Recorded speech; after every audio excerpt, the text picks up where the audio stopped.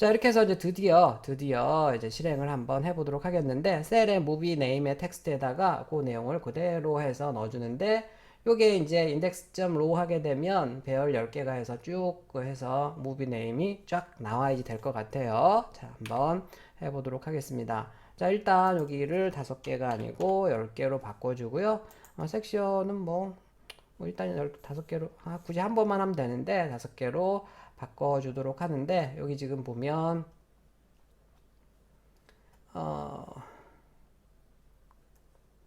자, index.pass 얘를 찍을 게 아니고,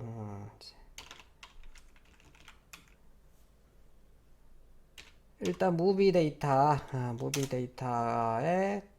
점 박스 오피스 리절트의 데일리 리스트에다가 여기다가 이제 아까는 그냥 0, 1, 2 썼지만 여기 테이블 뷰 안에 있으니까 인덱스 패스로 해서 접근해야 되겠죠. 인덱스 패스 뭐야, 인덱스 패스 점 인덱스 패스 점 row라고 보통 쓴다고 얘기했죠. 이렇게 쓰고요.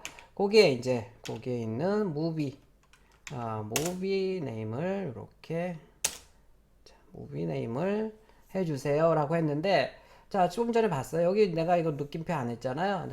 물음표 안 했죠. 그런데 얘가 자동으로 해준 겁니다. 자, 이렇게 해서 옵셔널 뭐죠? 이렇게 해서 자동으로 얘가 풀어준 거예요. 얘가 지금 옵셔널형이기 때문에 무비 데이터가 보면 무비 데이터가 지금 옵셔널형으로 되어 있는 거거든요. 그래서 이런 것들은 좀 좋아요. 배우고 나면 자동으로 얘가 알아서 해주니까. 자, 이렇게 해서 실행을 한번 해보도록 하겠습니다. 자, 나와라. 어, 열심히 했는데, 나오긴 나왔어요. 근데 처음에 좀 이상했죠? 처음에 좀 이상해요. 뭐, 이거 완전 엉망이네요. 이거 뭐, 나오는 것 같긴 한데, 얘가 반응도 아주 느리고, 이상해요. 이상하고, 에러도 안 나와요. 자, 이제 여기서 또 조심해야 될 게 하나가 있습니다. 자, 뭐냐면, 테이블 뷰에 이제 이 로우와 섹션을 다시 로드하는 이 reload 데이터라는 일단 함수를 써야 되고요. reload 데이터라는 함수를 써야 된다. 그래서 reload row and section of the table view. 자, 그래서 보통 이제 이 함수를 또 까먹는 경우도 많은데, 테이블 뷰에서 데이터가 계속 바뀌거나 그러면 이 reload 데이터 함수를 써줘야 돼요. 그래서 현재 테이블에 reload 데이터라고 해서 써주면 되겠습니다. 얘가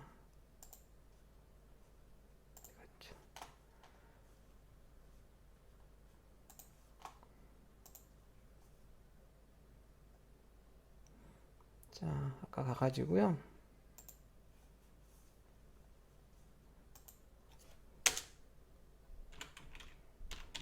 현재 테이블에 reload 데이터라고 써주면 되겠고요. 이 테이블이 지금 어디 있는 애인지 까맣게 잊었을 것 같은데, 아까 그 아울렛 저번 주죠? 거기에 아울렛을 만들어 놨더니 테이블이 되겠습니다. 그래서 reference to 테이블, 여기도 지금 되어 있어서 반드시 붙여줘야 된다고 되어 있네요. 자, 일단은 뭐 여기서도 보면 얘도 같이 있는 거니까 픽스를 해보도록 하겠습니다. 요걸 눌러서 self.table reload data라고 써주면 되겠고, 자, 이렇게 해서 실행을 하려고 했더니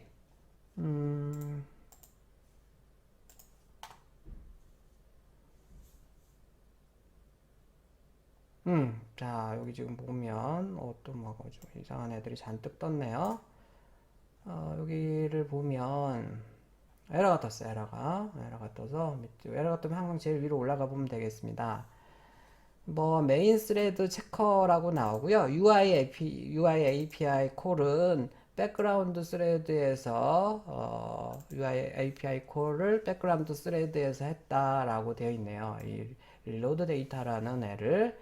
자, 그래서 너 잘못한 것 같다 뭐 이런 얘기고요.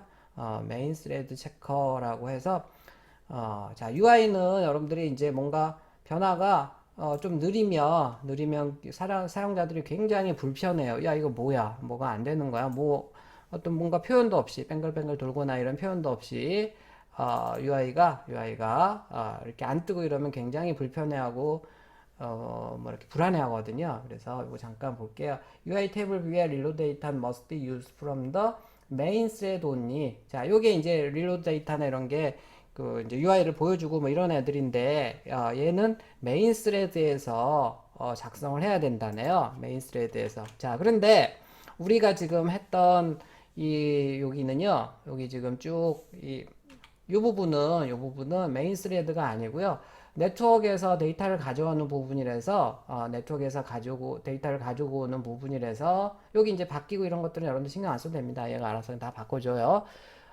기본적으로 네트워크에서 가져오는 내용이라서 백그라운드 스레드에서 동작을 해요. 왜냐하면 시간이 얼마나 걸릴지 모르기 때문에 자동적으로. 근데 UI 보여주고 이런 애들은 메인 스레드에서 동작을 해야 되는데 지금 백그라운드 스레드에서 동작하는 이 블럭에 이 소스에 들어가 있잖아요. 이 지금 클로저에 들어가 있으니까. 자, 그래서 이제 그거를 우리가 메인 스레드에서 동작하도록 바꿔주려고 하면 디스패치 점 메인 점 어싱크 비동기 처리하라는 거고요. 중괄호 열고 닫고 안에다가 그 내용을 넣어주면 되겠습니다.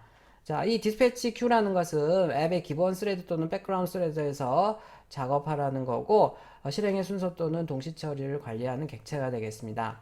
이 메인은 현재 프로세스의 메인 스레드와 관련된 디스패치 큐가 되겠고, 그러니까 메인 스레드에서 비동기 처리를 해라. 여기 이 소스는 이런 뜻이 되겠습니다. 자, 그래서 이렇게 넣어주면 되겠어요. 자, 한번 보면 얘를 그냥 하면 안 되고 얘를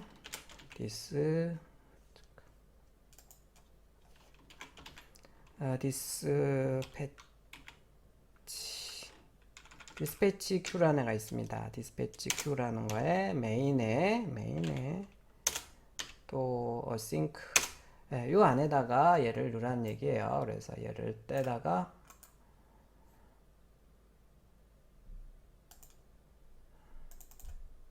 여기에다가 붙여 넣겠습니다. 자, 그래서 여기에는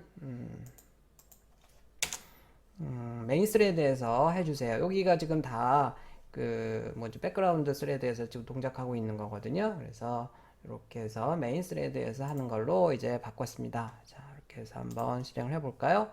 과연 나와야 되는데, 이제 제대로 나왔어요. 바로 나왔죠? 그래서 이제 뭐 여러 번 나온 이유는 알겠지만 여기서 지금 여기 5개를 놔서 그렇고요.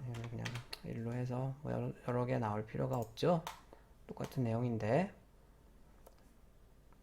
자, 스파이럴, 크루즈 패밀리, 뉴에이지, 더 스파 이런 식으로 쭉 나왔네요. 이렇게 해서 이제 드디어 뭐 다 됐고요. 이제 이거를 여기다가 이제 또 오늘 관객 그 다음에 아니면 개봉날 아니면 누적 관객 이런 것들을 뭐 밑에다 표시해 주건 좀 디자인을 해서 하면 되겠고 클릭을 했을 때 아니면 그런 게 상세 정보가 나온다든지 이제 그런 것들은 연이은 강의에서 할 것이고요.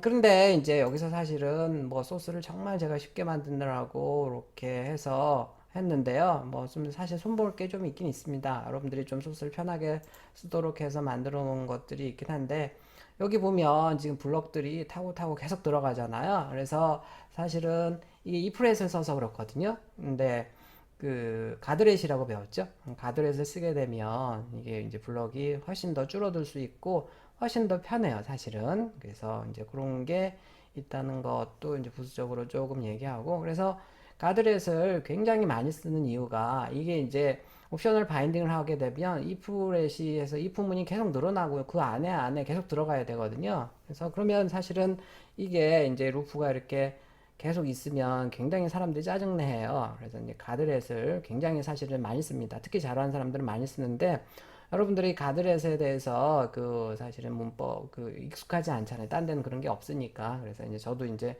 안 쓰고 여러분들이 익숙할 만한 이런 이제 이프렛으로 주로 쓰고 있는데 가드렛을 쓰면 이 소스도 상당히 더 깔끔하게 표현을 할 수가 있습니다. 자, 그러고요. 그 다음에 이제 내가 뭐 뭐 어떤 걸 해도 해볼 수가 있죠. 내가 무비 네임을 할 게 아니고 무비 네임을 하고 오디언스 카운트 얘도 이제 스트링형으로 다 되어 있으니까 바로 똑같이 적용해서 해보면 이번에는 이제 쭉 나오겠죠. 그러면 이제 여기다가 레이블 하나 더 만들거나 아니면 밑에다가 뭐 작은 레이블 하나 만들어서 위에다는 뭐죠? 영화 이름 보여주고 그 밑에다는 이제 관객 보여주고 이쪽에다는 뭐 누적 관객 보여주고 클릭하게 되면 영화에 대한 상세 정보 같은 거 볼 수가 또 있거든요. 자, 예를 들어서 보면 지금 여기 이제 기본적으로 여러분들은 지금 요것만 쓰고 있잖아요. 요것만 쓰고 있는데 여기 보면 어딨냐? 영화 코드라는 게 있어요. 무비 코드. 무비 CD를 이렇게 해서 넘겨주면 영화 상세 정보라는 게 있어서 여기 지금 무비 CD에다가 이제 아까 여러분들이 찾은 그런 애를 보여주면요. 이렇게 보여주면 다양한 영화 배우명도 나오고 감독명 나오고 다양하게 나옵니다. 그러니까 이 두 개만 사실은 해도 엄청난 많은 사람들이 참여를 했네요. 이제 외국 영화들은 사실은 이렇게 다 감독이랑 뭐 주 배우만 나오고요. 이제 한국 영화관인 경우에는 모든 이렇게 조명 누구도 나오고 다 나와요. 그러니까 이 두 개만 사실은 활용을 해도 여러분들이 멋진 사실은 앱을 만들 수 있죠. 그러니까 잘 보면요. 이렇게 좀 좋은 정보들이 있습니다. 딴 데 가서 가져올 필요도 없고요. 뭐 이렇게 해서 이제 하나만 제공하는 게 아니고 뭐 영화사 목록도 있고 재밌는 얘기들이 많이 있어요. 영화인 목록도 있네요. 영화인 목록이 있고 영화 영화인명으로 조회를 하면 그러니까 여기다가 이제 텍스트 필드나 이런 데다가 영화 뭐 여러분들이 원하는 영화인명을 이렇게 넣어주게 되면 그 사람에 대한 정보를 얻을 수 있도록 하는 뭐 그런 것들도 있네요. 그래서 뭐 하여간 이런 것들을 잘 활용을 하면 뭐 쉽게 다양한 정보를 얻을 수가 있다. 그래서 여러분들이 이제 드디어 뭐 이거 이렇게 수정 이미 해놨죠. 결과를 이렇게 했는데 별거 아닌 것 같지만 사실은 굉장히 내용이 어려워요. 어렵지 않습니까? 제가 그래서 일부러 원래 느리기도 하지만 천천히 해서 여러분들이 짠하고 뭐 사실 책이나 이런 데 나와 있는 최종 완성된 소스 가지고 이거 딱 했으면 별로 감흥이 없었을 겁니다. 근데 제가 하라는 대로 쭉 쫓아가고 이랬었으면 뭐 굉장히 재밌지 않았을까라고 싶은데 저만 그랬을까요? 뭐 재밌었으면 좋겠어요. 이제 이게 되면 여러분들이 어떤 API라도 가져와서 사용을 할 수가 있습니다. 그래서 뭐 기본적으로 이제 고칠 곳은 어디에요? 고칠 거 별로 없어요. 그래서 디자인 바꾸면 되겠고, 그 다음에 여러분들이 원하는 오픈 API에 해당하는 이 부분만 얘가 어떻게 타고 들어가는지, 내가 원하는 게 뭔지, 내가 이제 여기다가 다른 정보를 더 넣어주면 걔도 가지고 놀 수가 있는 거죠. 그 다음에 이제 디자인에서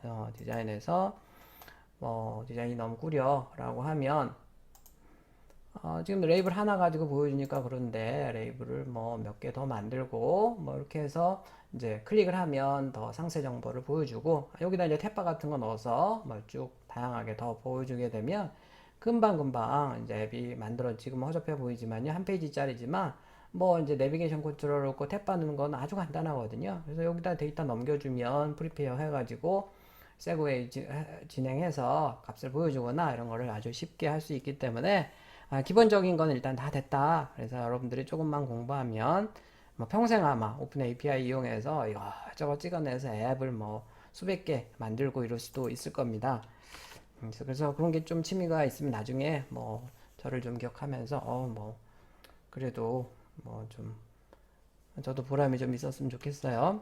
자, 그래서 실제로 이제 뭐 전체적인 소스를 보면 뭐 이 정도 되는데 이거를 뭐 좀 보여주면 글쎄요. 그러니까 제가 뭐 약간 직접 하나씩 해보면서 에러 나는 거 보고 확인해 보고 뭐 이렇게 해서 좀 해보면 좋겠습니다.